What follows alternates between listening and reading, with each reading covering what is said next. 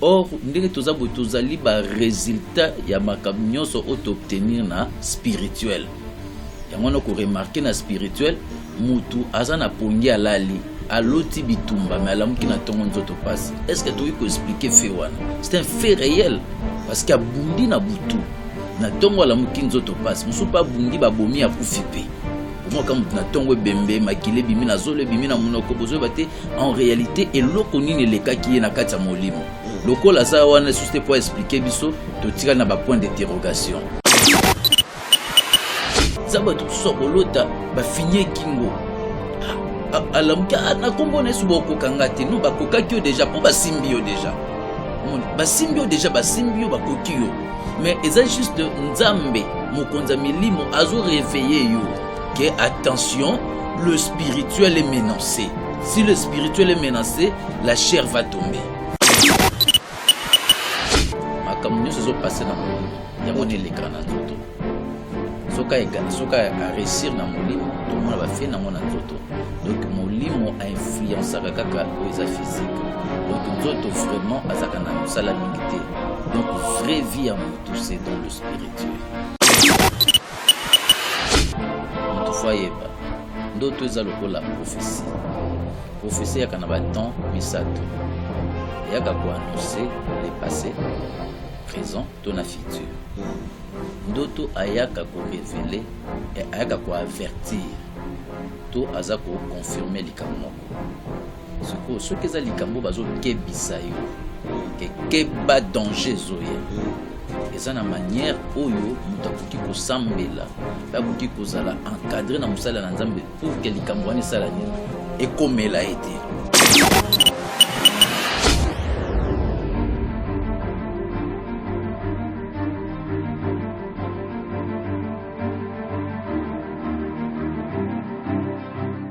Vous nous suivez de partout, nous sommes très heureux de savoir que vous êtes nombreux en train de vous abonner sur cette chaîne OLED Télévision et vous qui nous suivez sur KVN TV. Aujourd'hui, vous ne serez pas déçus parce que j'ai reçu pour vous invité Moko Yamakasi Oyobolanda qui est semaine passée, Lelo Lisusu Tozuye, Poto Solola Namasolo Oyo Betaki na KVN TV Oyobolanda ki mingi yango to invité la chaîne Nabiso OLED Télévision Lisusu Poto meka kufungola masolo wana to comprendre yango malamu. Il s'agit bel et bien du prophète Zacharie Mabika que je reçois sur mon plateau et je m'en vais déjà à lui dire bonjour prophète Zacharie Mabika. Bonjour papa BH. Oui, prophète Zacharie, vraiment merci pour la disponibilité na yo. Batu bazali ko landa ba prédication na yo, ba enseignement na yo mingi na KVN télévision. Alors yango zo pousser biso to benga peyo o limbolela biso. Vraiment to yamba ki dernièrement ba oyo bazali ko landa biso pour la première fois bazali ko mona mosali na nzambe Zacharie Mabika. Alanda azalaki na chaîne Nabiso à se présenter qui azali mosali na nzambe. Alors tu yambie les sous lelo poto solo là sur thème moko asalaki dernièrement sur combat spirituel, le combat spirituel. Nous étions vraiment intéressés sur yango batu ba bengi biso pe moi mingi ba se poser ba question yango sujet au tozali ko recevoir yo lelo poto lobela yango. Moi quelques mots au koki kozala nango sur batu bazolanda avant to kota na kati ya muzindo ya masolo na biso. Merci papa BH. Merci pour la confiance au bozo pesa na biso. Wana vraiment nzamba pambola bino makasa pambola musala na bino ekende liboso koleka. Vraiment na pesi mbote d'abord na bana nzambe nso bazolanda biso. Bazali na bandako bisenso baza ko se retrouver vraiment nzamba pambola bango. Moi, le prophète Zacharie, je suis là pour répondre à toutes les questions, toutes les préoccupations. Merci. D'accord, homme de Dieu. Les autres, moi, l'umbangu pour la question, il y a sujet où ils allaient comment mingi, to kende mbala moko pendant mingi na profondeur pour te mettre à éclaircir banana nzambe. Prophète Zacharie Mabika, tozo kamingi le combat spirituel, le combat spirituel. Mais batu mingi bazo comprendre yango te. Combat spirituel vraiment ezanini combat wana. Combat spirituel ezali eloko moko bana nzambe fo bayeba yango malamu. Ezali véritable vie ya mwana nzambe. parce que moto aza na deux vies oyo tomonaka, toza na vie oyo eza physique, toza na vie oyo eza spirituelle. Vie spirituelle yango nde eza koinfluencer vie oyo ezali physique, et ba victoire nyonso moto akoki koobtenir na spirituel yango wana tokomona yango na physique, et ba échec nyonso moto azwaka na ba spirituel yango wana tomonaka yango se manifestaka na physique. Bato tozomona bamati batombwami eza ba réussite spirituelle nde esali bango batombwama, mpe ba oyo tozomona lelo baza ya kokwea mpe bamisu bakufi eza ba échec ko bazwi sur le plan spirituel et s'est manifesté physiquement. Yango wana toyi koloba ke na kati ya vie na mwana nzambe il y a un combat spirituel oyo ezalaka en permanence. Ok. Bon, tokoki ko mwana na nzambe na moment nini azali ko vivre vie physique et puis na moment nini azali ko vivre vie spirituelle. Etambola tous les deux à la fois. Na lolenge nini makambo nyonso ezopase na molimo yango wana elekaka na nzoto. Soka a réussir na molimo tomona bafe nango na nzoto. Donc molimo a influence kaka oyo eza physique. Donc nzoto vraiment azaka na musala mingi te. Donc vraie vie à moto c'est dans le spirituel. Siko dans le spirituel wana mwana na nzamba koki ko vivre ndenge ni na kati ya spiritualité po na ndenge to landio toki ko comprendre que non physiquement bo nzoto to zala ngeza lokola kaka enveloppe. Oui. Ndenge oti ko limbolela biso ke oyo sale makana spirituel yango na nde ko makande reflet nango na bomo ibo. Mais sikoyo mwana na nzambe azo vivre moment spirituel na temps nini, comment a vivre kana moment na spiritualisme et c'est pas ça ndenge nini. Papa BH oyebi bana nzambe belé bazo pesa plus confiance na makambo eza physique et bazotala plus eza physique. Or en réalité vie à moto eza vraiment physique te. Même la Bible dit en réalité dans l'homme c'est l'esprit. C'est l'esprit. Ce n'est pas le physique. Ce que moni moto azopesa plus importance na makambo eza physique ayebi spiritualité te. Or ndenge tozali ba résultat ya makambo nyonso obtenir na spirituel. Yango na ko remarquer na spirituel mutu aza na pongi alali aloti bitumba mais alamuki na tongo nzoto passe. Est-ce que tu peux expliquer fait wana? C'est un fait réel parce que bundi na butu na tongo alamuki nzoto passe musu pa bundi ba bomi akufipe. Pour quand na tongo bembe makile bimi na zole bimi na munoko bozo bate en réalité et loko nini le cas qui est na kati ya molimo. Loko la za wana juste pour expliquer biso to tira na ba point d'interrogation. Mais c'était un combat spirituel à koki ko résister na combat na te et il est mort. Ah bon. Donc na landio na boke binyoso. Donc ndenge zalaka mutu alali azali kolota soit bazo fina ekingo soit babotoli sac soit bazali ko beta ye ou bien azali ko bunda bitumba moko bo asutu ki otobengaka mingi mutalobi na sali cauchemar. Donc tu vois wana pesa la ka. Mais c'est le spirituel. Oui, c'est le spirituel. C'est-à-dire esprit à mutu. Et ça ko beng, et ça ko interpeller mutu ke il y a un danger. Ezo benga mutu ke il y a un danger. Ça ba tum suso ko lota ba finye kingo.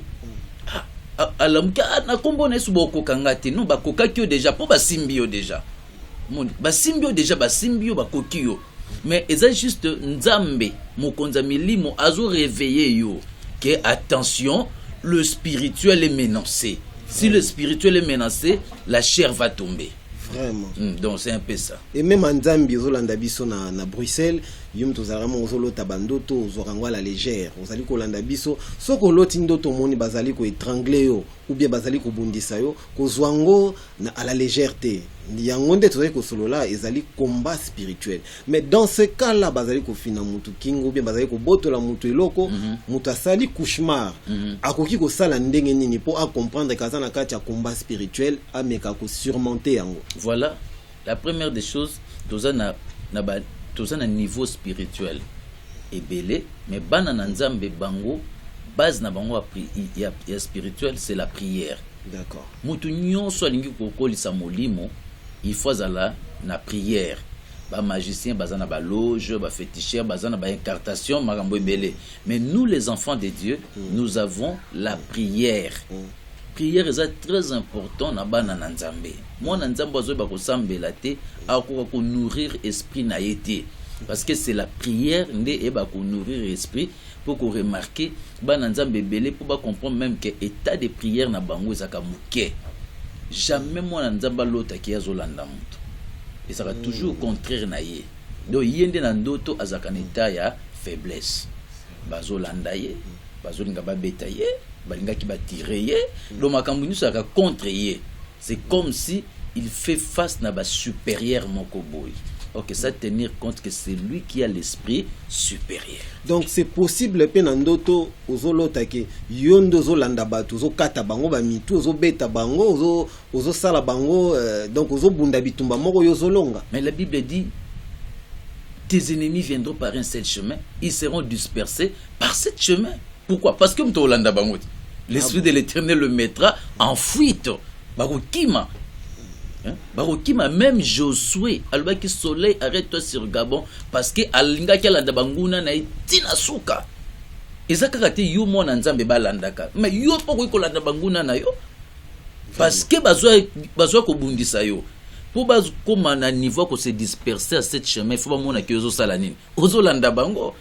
Il faut que l'esprit qui est en toi, l'esprit de l'Éternel, etia bango en fuite, bakima.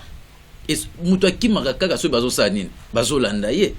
Mais ceux qui ont des kabalanda, kabalinga bakanga yo qui na place moko batami batongo baleki, là ce n'est pas normal. Tu dois gagner le combat dans tout le niveau de la vie.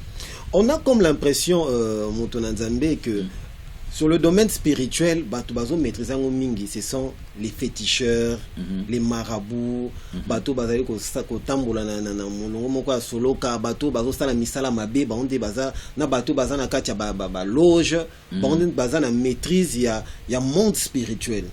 Alors que tozo mona bana na nzambe mingi na kati ya ba église, mais niveau spirituel ezo zala na se. Tokoloba nini? Basali na nzambe bazali ko former bango malamu te, bazali ko lakisa bango malamu te, ou bien qu'est-ce qui se passe pour moi na nzamba za na niveau mo kaka faible na niveau ya monde spirituel. Oyebi ba féticheur ba nanses baza juste ba vendeur d'illusion. Bazo tekela ba tu image za yango teke ba onde baza na maîtrise pe na contrôle ya spiritualité. En réalité le maître des esprits c'est notre Dieu. Yede mo konza milimo nyoso pe milimo ane se inclinaka liboso na ye. Ceux qui bana na nzambe bazo kokoza la spiritualité. Papa, tozo balikambuya neti ya invocation tolobaki autrefois. Bana nzambe il faut bayeba que le spirituel est réel. Pe mutu sozo kota na kati ya spiritualité, il faut zala na niveau ya kosolola na esprit o yazo solola na ye. Nous avons le Saint-Esprit qui est l'esprit supérieur. Tosolola kana Saint-Esprit, mais tout na bana nzambe combien osoka koti na kati ya prière bando sambela alobi pe na sima ora merci Seigneur pour yo kinga, merci pour répondre nga, mais tout na nzamba répondre ni aza sans réponse. C'est comme si son Dieu ne parle pas. Mais dans ce cas-là bako sala ndengini pour bato mingi bazo se retrouver na ba kawana assembler alobi gangi tout ça, mais après yemo azui clôture à prière, merci Seigneur pour yo kinga, merci pour yano lingai, amen amen atema kei ayebite vraiment so botuni nzamba yo kyo yano lio na nini. Oh, le Dieu que nous prions, il a une bouche pour parler. Il a une main pour toucher. Azana mato ya yokaka, alobaka. Mais bana nzambe toujours na difficulté quoi franchir ligne wana to telemato solwana papa na biso. Peut-être ils ont une formule moko quelconque pour bino bozana facilité peut-être ko solola na nzambe. Azo révélé bino ba makambu bozo kende pe ko sala musala, mais ce qu'on bana nzambo bazo landa bino peut-être no bo utiliser la formule moko, peut-être Jérémie 33:3, peut-être formule mususu bo occupé ko sunga bande ko pe bayeba ko sambela ba ko en contact na nzambe. Eza vraiment formule vraiment te tota mungwa mafuta mai to mela non. Eza juste la foi. Premièrement c'est la foi. Deux, ezali auto tu kolobela bato awa likambo ya disposition du cœur. Quand le cœur n'est pas disponible, nous avons que solo ananzambe te. Yango to lobike Josaphat tango moni bitumba eloko aliboso a se disposer. Bana nzambe bele ba yoka kanzambe te ezate po bazangi formule. Mais parce que mitema na bango zaka éloigné ya nzambe. Même nzamba lobi peuple baza ko invoquer nga na munoko mais mitema na bango ezanini éloigné na ngai.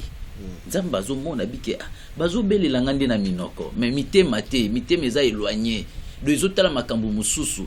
Papa o makambo leka na ba culte mona nzamba eko sambela boye même temps azo prier, même temps na pas ta machine na monoko donc chingom azo tafuna azo leba azo kana tranquillement.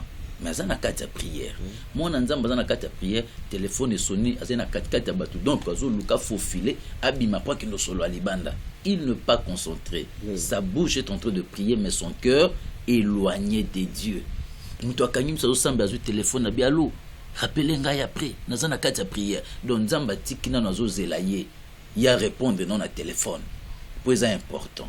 Mais joute ko zo conscience que autres solo naza être supérieur que mutu azobenga na téléphone azana se ya mutu nazo solo naye nana ko so na mukonza mboka pesa mukonza mboka zela na mcheri na ngazobenga ngai ozala mosto mobile ça n'existe pas parce que batu bayebi na bango nzambe ti vraiment le prophète Dolanda qui on a boké binyoso au pesa exemple moko awa ndeko mususu azalaki célibataire ake abali azalaki na makamboni azalaki normal après le mariage akomi ko sala rabais azali ko kita malembe tina niveau akende ko kauka.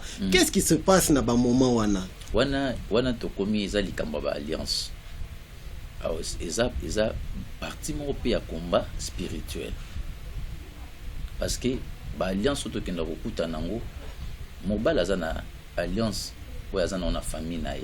Moi c'est pas une alliance obimna na famille. Ils ont des alliances ekutani. Oyo kozala munene ezali kambo serpa ya Moïse na ya Pharaon.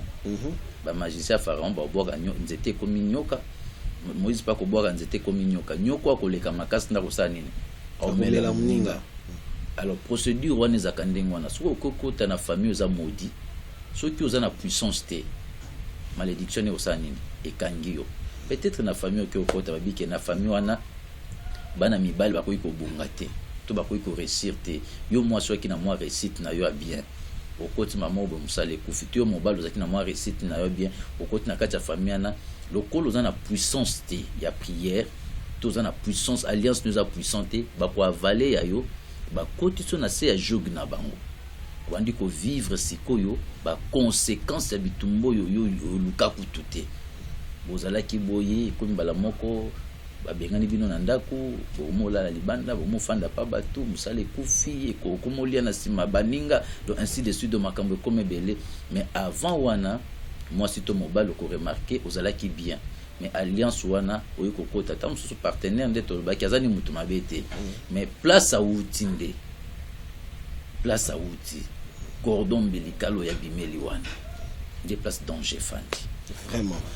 Vraiment, vous avez kolanda biso na boké binyo so makambo vraiment est un peu complexe mais vous allez dans muto na nzambe awa azali ko lakisa biso ba méthode nini otoki ko surmonter pe ko longa yango.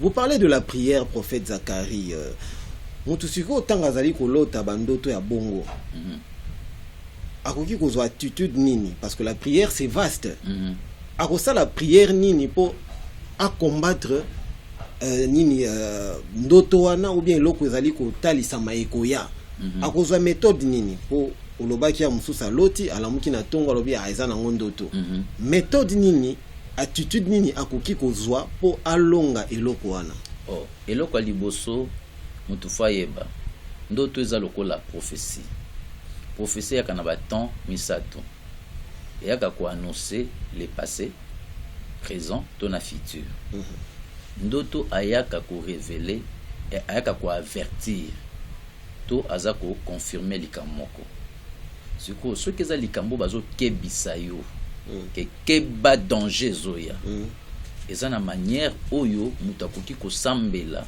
pa akoki kozala encadré na musala na nzambe pour que likambo wana esala nini ekomela ete mususu eza déjà mutu azo vivre likambo faso pe oboko memela pour que abima na situation wana ezali pour mutu ko pesa batu formule là mais yango tende formule na mutu ko salela ngo ye moko na ndako il faut ezo senga temps et encadrement et au laxi mutu ke ndenge za boza toza na média boyebi ke média bino mo boyebi c'est le temps donc tu ko expliquer nyo sote yango na tozaka toujours l'habitude ko pesa to numéro ya nini ya téléphone parce que on a mutu ko zala direct oui déjà en passant on peut rappeler numéro na yo parce que quand on a to komi za très capital parce que tant que personne malobozo personne numéro na yo mais ngai na bakisa comment ko distinguer o ezali avertissement o ezali o nazali ko vivre sikoyo o ezali songolo na bandoto wana tolotaka o eza avertissement eloko moko ezolinga elanga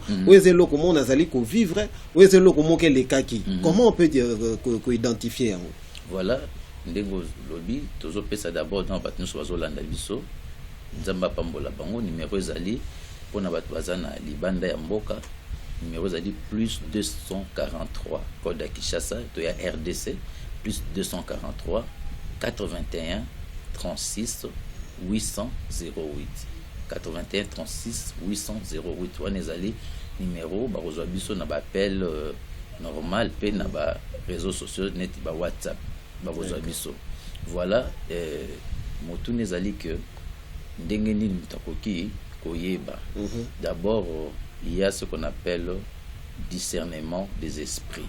D'accord. Discernement ezaka vaste yango neza pamba tinzamba établir ba prophète na kati ya église lelo ba prophète ba yebi même parole na bango parfaitement na makambo ya boyende tozali na motu ya pona ko éclaircir bana na nzambe. OK. Donc mona nzamba ko pesa songe na yeto vision na yepa ya musala na nzambe. À ce temps-là les hommes de Dieu nde ba koyeba ke likambo azoloba eza na passé eza na présent to eza na nini na futur. D'accord. Par exemple ceux qui déjà maintenant na botiti azomona déjà que babotoli mwana to bazoboma mwana na ye pendant que azana na zemi on comprend déjà que likambo mwana yo na futur na yeza nini menacé zomona ekolakisa déjà likambo ko za na kati. Alors ceux qui mutuima wabi ko discerner temps wana te il faut que mambangwe pa ya basakoli bato bazana révélation ya temps bako pesa ye révélation wana. Je parle de prophète, je parle pas bana ba charlatan, non. Je parle aux hommes de Dieu appelés et mandatés par Dieu. D'accord. Et de ça musala nzambe mutalo ngalikanisi ba faux serviteur baza ba faux wana ngana bi ba moi je parle que des hommes de Dieu appelés par Dieu, c'est tout. D'accord.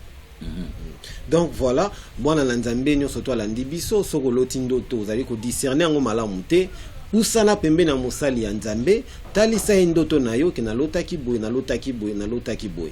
Donc il faut qu'on zala prudent na bandoto ko négliger ndoto te.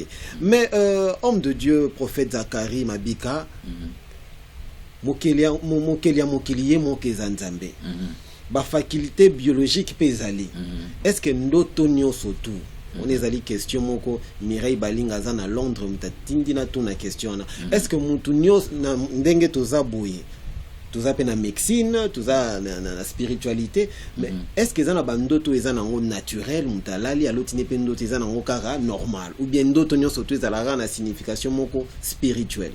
Papa, ndoto eza spirituel. Ndoto eza spirituel. Songe eza vie spirituelle. Eza quelque chose de bon, non, c'est le spirituel. Tu peux cet exemple moko ba ndeko bazolanda biso balimbisa mukene exemple na pesa. Batu boni même na bomwana au loto zo se soulager na nzela la mpe na tongo bilamba baby. Ce que za ndoto. Pourquoi yo subi na bilamba? C'est il y a un fait qui s'est produit. Il y a un fait. To traiter mon abomwana eza bomwana. Mais en réalité, mikolo msuti lelo ba vivali kambwana. Il y a un fait, il y a lali, boza nango noto naturellement, denge mutunyo so lotaka. A lota za se soulager. Na balabala na nzela so ki ni mais wala mkana tombo azoko malibanda te bilambe sal nini et baby. Il y a un fait qui s'est produit dans l'esprit mais c'est manifesté physiquement. C'est-à-dire il y a quelque chose, noto ya pas mbezakate. Et tant que spirituel, noto pas mbezate. Ndoto nyoso za na signification. Ce qui signification ezate.